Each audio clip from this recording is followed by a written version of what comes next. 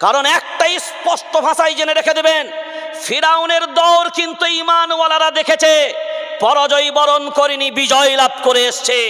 নমরুদের দৌড় পর্যন্ত ঈমানওয়ালা দেখেছে, পরাজয় বরণ করেনি, বিজয় লাভ করেছে। সাদ্দাদ, হামান, আবু লাহাব, আবু জাহিল, উতবা, শাইবা পৃথিবীর সব বেঈমানদের মোকাবেলা করে পরাজয় বরণ করেনি, বিজয় লাভ করেছে। কারণ এটাও মনে রাখবে, সেই ঈমানওয়ালা এখনো বেঁচে ইনশাআল্লাহ। সময় কথা বলবে, আজ নতুবা কাল। কারণ সব সময় মৌচাকে ঢিলা মারবে না। যদি মধু নিবার থাকে মধু নিতে যাও, ধোঁয়া দাও, মধুর রস বের করে নাও। কিন্তু মৌমাছির চাকে যদি ঢিলা মারতে যাও, এমন হোল ফুটাবে চুলকানোর জায়গা খুঁজে পাবি না। কোন জায়গা ছাড়বি আর কোনটা চুলকাবি খুঁজে পাবি না। কারণ মৌমাছির চাক ঘাঁটানো মানে কি? কথা বলে না, জোরে বলেন। ঘুমন্ত বাঘগুলোকে জাগানোর চেষ্টা করবেন না, বিনয়ের সাথে বলছি। মসজিদ নিয়ে রাজনীতি বন্ধ করুন, ধর্মস্থান নিয়ে রাজনীতি বন্ধ করুন। কারণ এটা আমার বাপের কথা নয়, ভারতবর্ষের সংবিধান বলেছে এই কথা। ভারতবর্ষে যে পার্লামেন্টের তত্ত্বাবধানে দেশ চলে, দেশ পরিচালিত হয়, তাহলে 1991 সালে নরসিংহ রায়ের আমলের যে আইন পাশ করা হয়, ওই আইনটা তাহলে কি হবে?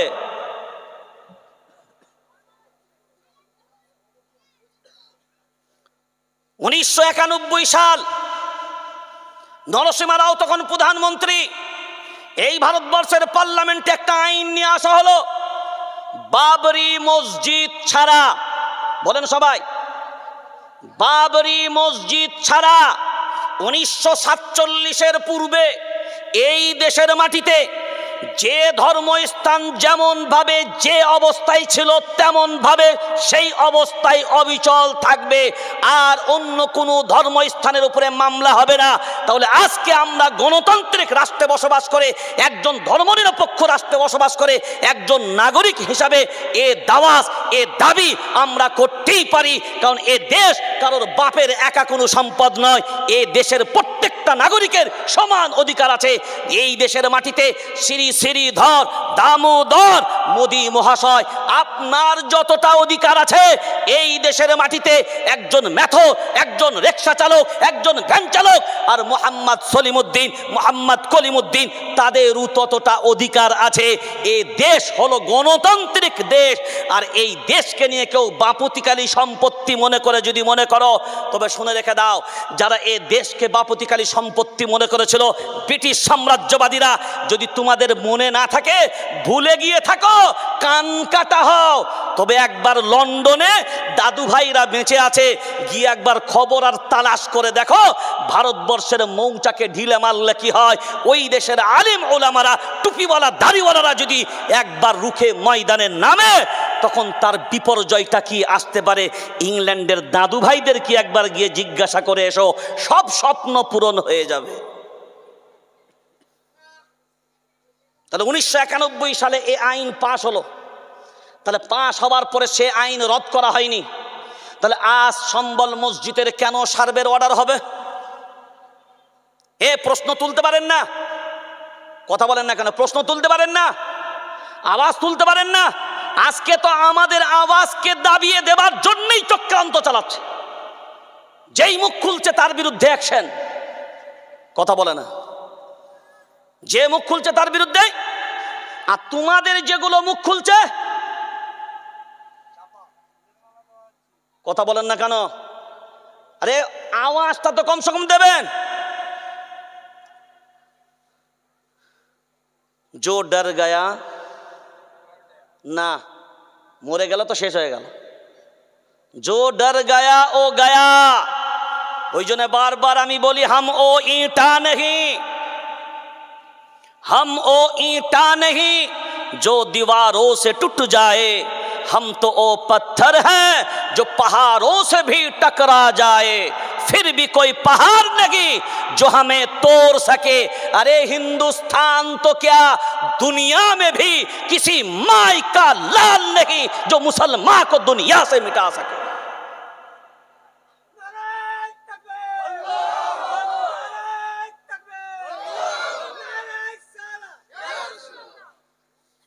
আচ্ছা, আমরা কোনোদিন এগুলোকে ভাবি না। আমরা আমাদের ইমানটাকে যদি ভাবতাম, আমাদের শক্তি যদি ভাবতাম, হাতি দেখেছেন নি? হাতি কথা বলে না। হাতির চোখগুলো তো ইয়া বড় বড় হয়, আর কানগুলো এইটুকু এইটুকু নাকি? কেন বলেন তো, কেন কান বড়? হাতি যদি ওর চোখ দিয়ে ওর বডিটা দেখে দিত, ও ওর শক্তি বুঝতে পারত। আমাদের বর্তমানে কি হয় জানেন তো, কেউ একটা ল্যাজ ধরেছে, ল্যাজ ধরে বলছে, বলে হাতি জানিস? বলে না, হাতি তো কোনো দেখিনি। বলে আয় দেখ। তো ও গিয়ে ল্যাজটা ধরেছে, বলছে ও হাতি তাহলে দড়ির মতন হয় না? বলে ওরি বাবা। আর একজন গিয়ে সুঁটটাকে ধরেছে, বলে ওরি বাবা, ই তো সেই গাছ ফেলার রসা রে হাতি। ও বুঝে নিল হাতি মানে রসা। আর একজন গিয়ে একটা পা ধরেছে, বলে ওরি বাবা, ও হাতি তো ঘরের বিমের মতন রে। তো একজন পিঠে গিয়ে হাত দিয়েছে, ওরি বাবা, ই তো ছাদের মতো রে। এখন যারা যেটা ধরেছে সে সেটাই ধরেছে হাতি। কি এ কথা বলে না? এখন বলে হাতি কি ছাদের মতো? এ কথা, হাতি কি ছাদের মতো? হাতি কি বিমের মতো? কথা, হাতি কি বিমের মতো? আর হাতি কি দড়ির মতো? অ্যাকচুয়ালি যে ধরেছে সবগুলো মিলিয়ে হাতি, সবগুলো মিলিয়ে হাতি, না শুধু দড়িটা হাতি? জোরে বলে। আজ আমরা বর্তমানে ওই যে যারা পেরেছি একটা করে ধরেছি আর বলেছি এটাই হাতি। একবার জড়ো করো না, তবলিগ ফুরফুরা থাকবে না, দেওবন্দি বেরেলি থাকবে না, হানফি শাফি থাকবে না, মালিকি হাম্বলি থাকবে না, কাদরিয়া চিশতিয়া হবে না, নকশবন্দিয়া মুজাদ্দিদিয়া হবে না, মুতাজিলা হবে না, খাওয়ারিজ হবে না, দাজ্জালিয়া হবে না। একটাই তখন পরিচয় হবে, রব আমার এক, নবী আমার এক, কালিমা আমার এক, ধর্ম আমার এক, জাতি আমি এক, কিতাব আমার এক, কিবলা আমার এক, উম্মত আমি এক। এই পরিচয় যদি বাংলার মানুষ নয়, সারা ভারতবর্ষের মুসলমান 40 কোটি মুসলমান একবার যদি আওয়াজ দেয় এক আল্লাহর পরিচয়কে সামনে রেখে, তো শুনে রেখে দেন, বিনয়ের সাথে বলছি, দলাদলি হবে না, মত হবে না, রং হবে না, কালার হবে না। একবার যদি সমস্ত উলামায়ে কেরাম রং বিভেদ ভুলে গিয়ে যদি নারায়ে তাকবীর আওয়াজ লাগায়, আর 40 কোটি মুসলমান একবার যদি আল্লাহু আকবার বলে সারা দেয়, ওরে ভারত না, সারা পৃথিবীর বেঈমান জালিম গুলো কাঁপতে বাধ্য হবে। নারে তাকবীর, নারে তাকবীর, নারে সালাত, নারে সালাত। আজ খুব বিনয়ের সাথে বলছি, একটার পর একটা যেন এখন একটা সিস্টেম চালু হয়েছে মসজিদ গণের ব্যাপারে। আপনারা শুনেছেন আজমির, খাজা মুঈনুদ্দিন আজমিরি রহমাতুল্লাহ আলাইহি। না, আমি একটা জিনিস খুব ক্লিয়ার ভাবে বলছি, আজ বলছে 800 বছর পূর্বে খনন করা হোক। কত বছর পূর্বে? দলিল শোনেন, যারা বলছে 800 বছর পূর্বে খনন করা হবে, তো 800 বছরটাই সীমারেখা কেন ধরা হবে? তাহলে একটা কাজ করতে হবে, যখন থেকে মানুষ তৈরি হয়েছে তখনকার খনন করা হবে। কথা বলে না, জোরে বলেন। তাহলে আমি বলছি শোনেন, আমার আপনার সকলের আদি পিতা আবুল বাশার আদম আলাইহিস সালাম। আজকে অনেক মানুষ, অনেক মিডিয়া বলছে ইসলাম নাকি ভারতে নয়, আমাদের অনেক মুসলিম নেতৃত্ব পর্যন্ত স্টেজে ভাষণ দিচ্ছে সব থেকে পুরাতন ধর্ম ইসলাম নয়। হায় রে আফসোস, আদম আলাইহিস সালাম কোন ধর্মের লোক ছিল গা? এই কথা বলেন, এরা কোন ধর্মের? আরে ইসলাম ধর্মের। কোন ধর্মের? জোরে বলেন। তো আদম আলাইহিস সালাম যদি ইসলাম ধর্মের হয়, তো ভারতবর্ষের জমিনে আদম আসলাম এসেছিল, তোর বাপ এসেছিল? কথা বলে না, কে এসেছিল? তো আদম আলাইহিস সালাম যদি আসে, তা তুমি তো আদম আসলামকে বাপ বলে মানো না, তুমি তো বাপ বলে মানে কার? ওই দারুইন সাহেবের কথার, মিস্টার দারুইন সাহেবের বক্তব্য ছিল না, মানুষ তৈরি বাঁদর থেকে। কি থেকে মানুষ তৈরি? আরে জোরে বলে, মানুষ তৈরি বাঁদর থেকে। তো আমি বললাম, দারুইন সাহেব যদি মানুষ তৈরি বাঁদর থেকে হয়, তাহলে তো আপনিও তো বাঁদরের বাচ্চা, আপনি তো তার বাইরে নয়। আরে বাচ্চা মানে তো সন্তান। এখন বলেন, ছাগলের পেট থেকে কি বাঁদরের বাচ্চা বেরোয়? কথা বলে না। আপনাদেরকে মুরগির তা দেয় না? তাই তো? আচ্ছা, মুরগির তায়ের ভিতরে হাঁসের ডিম যদি ভরে দেয়, তো 21 দিন 22 দিন পর তো ডিম ফেটে বাচ্চা বেরোবে নাকি? বেরোবে তো। এখন বলে হাঁসের ডিমের ভিতর থেকে ওই মুরগির তায়ে তা দেওয়ার পরেও হাঁসের ডিমের ভিতর থেকে মুরগির বাচ্চা বেরোবে না হাঁসের বাচ্চা? ওরে, মুরগির তায়ে হাঁসের ডিম দিয়েও যদি মুরগির বাচ্চা বের করা না যায়, তো বাঁদরের ভিতর থেকে মানুষের বাচ্চা কি করে বের করা যাবে?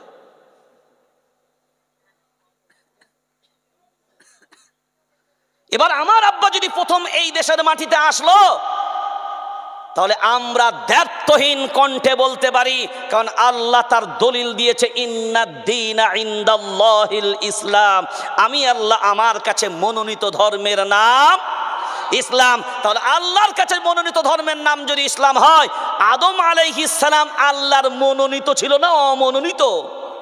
তো মনোনীত যদি হয় তিনি প্রথম নবী, তো তার ধর্ম ইসলাম ছিল না অন্য কিছু?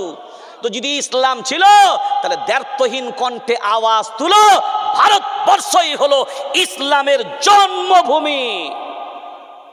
ভারতবর্ষ হলো, জোরে বলেন, ইসলামের জন্মভূমি। তাহলে আমার বাপের জন্মভূমিতে দাদাগিরি তোমার, ভিটে আমার বাপের, আর দাদাগিরি কথা বলে না, তাই তো হচ্ছে। তাহলে খনন যদি করতে হয়, তাহলে আমার বাপ যখন এসছিল তখন থেকে খনন শুরু কর, কথা বলে না? তা তখন থেকে যদি খনন শুরু করিস, কনভার্ট কারা রে? কনভার্ট কারা রে? কথা বলে না, কে কনভার্ট? আমার বাপ তো ইসলাম নিয়ে এসেছে, তাহলে আমার বাপের সন্তান তো আমরা, কনভার্ট হলো কি করে রে?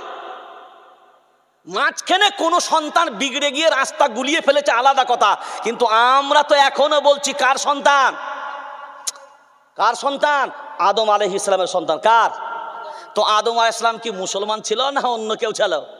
তো আমরা যদি তার সন্তান হয়, তো আমরা কনভার্ট হয়েছি? কথা বলে না, জোরে বলেন। মানুষ নিজের মতো করে শুধু বুঝে নিলে হবে না, প্রকৃত বিষয়টা তো বুঝতে হবে। ওরে ল্যাস তুলে দেখতে হবে, এড়ে না বেড়ে, শুধু গেলে হবে না তেড়ে। আজ বড় আফসোস নিয়ে বলছি, আজমির নিয়ে মামলা, দেওবান দারুল উলুমের ব্যাপারে মামলা করবে, মসজিদে রশিদিয়ার ওপরে মামলা করবে, সম্বল জুম্মা মসজিদ তো যা করেছে একে অন্যের দোষ চাপিয়েছে। আমি একটা কথা শুধু বললাম, 6 জন যুবক যার মায়ের কোল খালি হলো, আজকে যে প্রশাসন বলছো গুলি আমরা চালাইনি, তাহলে গুলি চালালো কারা?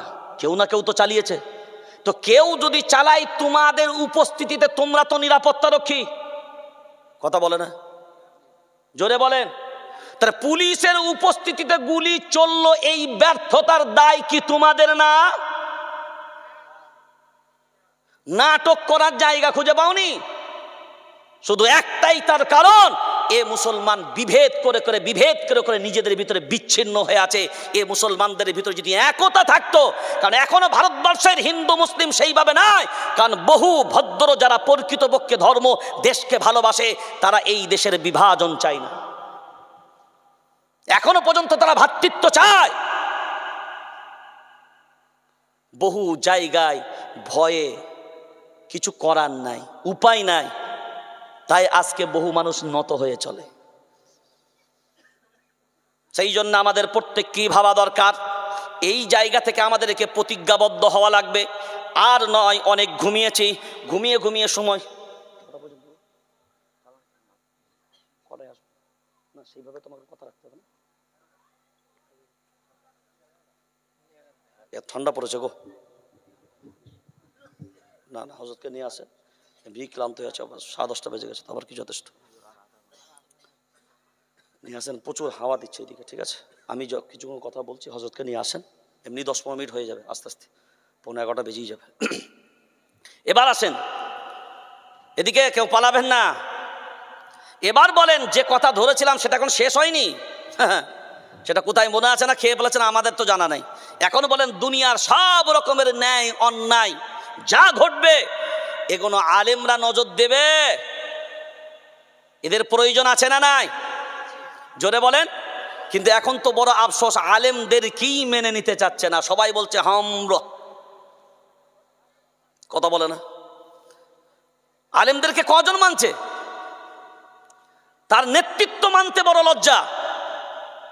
আজকের আপনাদের, আমি জানি না আপনাদের এলাকার কি সিস্টেম আছে, মসজিদের ইমাম যারা ইমামতি করেন, ধরুন ইমাম সাহেব কোথাও যাবেন, আচ্ছা ছুটি কার কাছে নাই ইমাম সাহেব? সবাই বলেন। যে ছুটি করে সে ছোট হয় না, যার কাছে ছুটি করে সে ছোট হয়? জবাবটা আপনাদের কাছে আমি জানতে চাচ্ছি, কথা বলে না। আমি যদি আপনার কাছ থেকে ছুটি করি, মানে আপনার আন্ডারে আমি চাকরি করছি, তার মানে আমি আপনার থেকে যোগ্যতায় কম, আমি আপনার থেকে, কথা বলে না, আমি আপনার থেকে শরীয়তের মসলা শুনে নেন। ইমাম যদি মসজিদের ভিতরে চলে যায়, টাইম যদি চলে যায়, ওভার হয়ে যায়, কোনো মুসল্লি, প্রেসিডেন্ট, সেক্রেটারি, মাতওয়াল্লি কারোর অনুমতি নেই যে ইমামকে অর্ডার দিয়ে বলবে আপনি চলুন। ইমামকে অর্ডার দিবার যখন ক্ষমতা নাই, তাহলে এক ওয়াক্ত ইমাম থাকবে না। কেন কমিটির পারমিশনের ইমামের প্রয়োজন হবে? কেন আলিম পারমিশন নেবে? আল ইমামু দামিনুন, নবী বললেন শুনে রেখে দাও, ইমামরাই হলো তোমাদের জিম্মাদার। কে? সবাই বলেন, ইমামরাই হলো জিম্মাদার। ইমামরাই যদি জিম্মাদার হয়, বরঞ্চ মসজিদের কমিটি প্রথম থেকেই ইমামের সাথে একটা কন্ট্যাক্ট করে নেবে, হুজুর আপনার এতগুলো ছুটি, তারপরেও যদি প্রয়োজন হয় কাউকে বলার দরকার হবে না, আপনি যেতে পারেন, শুধুমাত্র জানিয়ে যাবেন যে আমি অত্যন্ত আজকে নাই, ছুটি কাটানোর প্রয়োজন নেই। আজকে যদি বাড়তি ছুটি ইমাম নাই, তারপরেও আজকে কমিটির কাছে কৈফিয়ত দিতে হয়। এক ওয়াক্ত কাজাই করতে গেলে ইমাম সাহেবকে 10 বার ভাবতে হয়, না কোনো অবস্থায় যাওয়া যাবে না। বলে কেন? জোহরের নামাজ ছাড়া যাবে না। বলে কেন? বলে আমি যদি জোহরের নামাজ ছাড়ি, আসরের সময় মিটিং বসে যাবে। এইগুলো সমাজ থেকে আগে বন্ধ করা লাগবে, কারণ ইমামকে ইমামের যোগ্যতা অনুযায়ী সম্মান দিতে হবে। এটা বলবেন কেন? এই জন্যই বলবো, শুনে রেখে দেন, আল্লাহর কোরআন, সূরার নাম সূরা মুজাদালা, 28 নম্বর পারা, 2 নম্বর সাফার ভিতর আল্লাহ ক্লিয়ার করেছেন, ইয়ারফাইল্লাহুল্লাযীনা আমানু মিনকুম ওয়াল্লাযীনা উতুল ইলমা দারাজাত। আল্লাহু আকবার বলেন। আল্লাহ বললেন শুনে রেখে দাও, ঈমানওয়ালাদের আমি আল্লাহ সম্মান করি, ইলমওয়ালাদের আমি আল্লাহ সম্মানিত করি। কাদের সম্মানিত করেন? ইলমওয়ালাদের। জোরে বলেন, ইলমওয়ালাদের। কাদের? ইলমওয়ালাদের আমি আল্লাহ সম্মানিত করি। ইমাম সাহেবের সম্মানটা একটু প্রথমে বোঝেন। আপনাদের মসজিদের ধরুন ইমাম সাহেব নামাজ পড়াচ্ছে, শুধু হয়তো কোরআনের হাফিজ, কোরআন শুদ্ধ করে পড়তে পারে, এবং ইমামতির যে 6 দফা 5 দফা যা শর্ত আছে, সেই শর্ত অনুযায়ী তিনি পারক, মানে তিনি ইমামতি করার যোগ্য।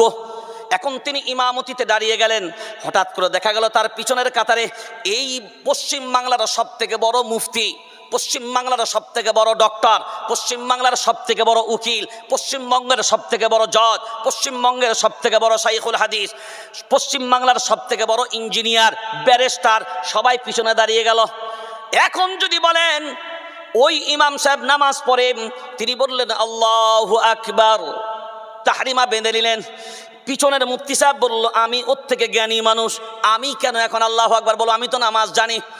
ও বরঞ্চ এখন যা করছে করুক, ও যখন রুকু যাবে তখন আমি তাহরিমা বাঁধবো। কথা বলে না? শাইখুল হাদিস যদি বলে না, ও আমার থেকে কম যোগ্যতা, ও তো আমারই ছাত্র, ও যখন সাজদায় যাবে আমি তো কোনো রুকুতে যাব, ও যখন রুকুতে যাবে আমি তো কোনো রুকুতে যাব না।